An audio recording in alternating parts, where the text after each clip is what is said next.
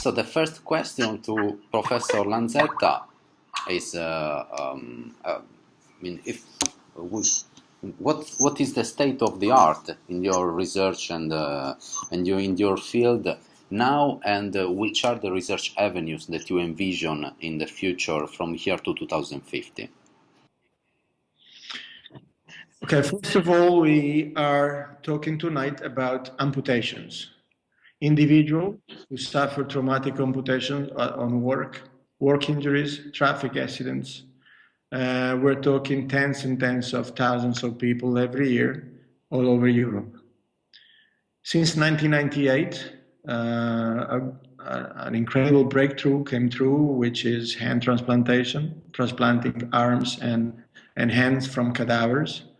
That really created, finally, an option, a possibility for those people to move away from mechanical or aesthetic prosthesis. So we are now 15 years down the line, and the numbers have increased.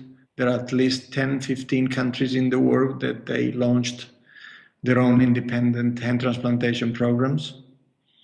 And we're now talking about 70 hand transplantation having been made all over the world. Results are very good, but we have a lot of work to be done. There's a lot of work to be done because the real limit is the immunosuppressive therapy, which is justified for live organs like a heart, liver, lungs, and so forth. When it comes to non-life-saving transplantation, like a hand transplantation, we have to consider the side effects of the normally used drugs, anti-rejection drugs. And I must say the research has not advanced a lot in terms of new drugs with less side effects. So I would say what I can see 10 years, 20 years from now, hopefully, I need new drugs. We need new drugs with less side effects. So the whole area of quality transplantation, which might include hands, legs, the larynx, the face, the breast, the uterus, anything which is not essential for living, could be exploited as a great way of reconstructing deformities. On the other side, we have just seen in the last month or two, and we were happy and we were lucky to be the first one in the world to do a bionic hand transplantation.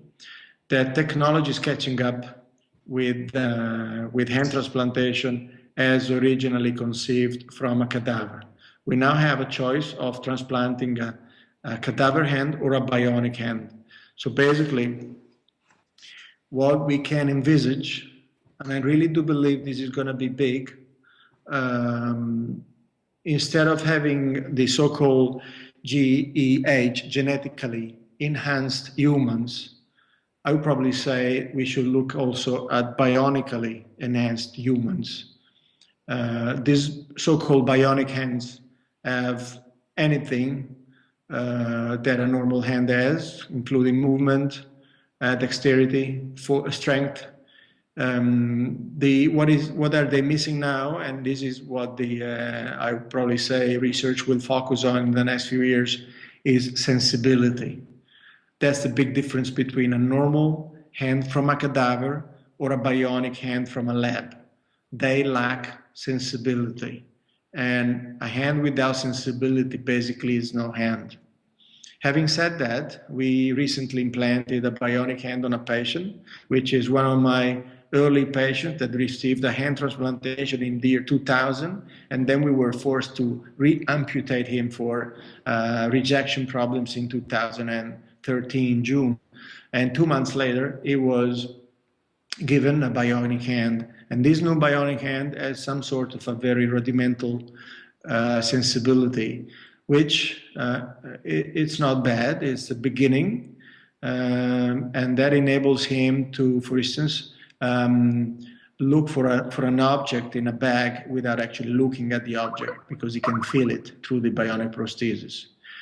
So that's a long answer, but in a nutshell, we now can transplant hands, arms from cadavers, and results are very good. Despite this, we are still challenged by side effects by the drugs we're using, and there's been no improvements in drugs in the last 15 years. So we should explore the avenue of bionical hands as an alternative. I see. So as challenges to your activities, you see basically the lack of rejection drugs, or anyway, the fact that we need more development in the sense of rejection drugs. Yeah, we need new generation drugs. We're still using the same ones we were using 15 years ago, and they are not free from side effects. And sometimes these side effects might be very, very bad. So that's why we have to be very careful in putting, in placing an indication for hand transplantation before we actually use all other systems, more conventional surgery, mechanical or aesthetical prosthesis. That's the choice number one.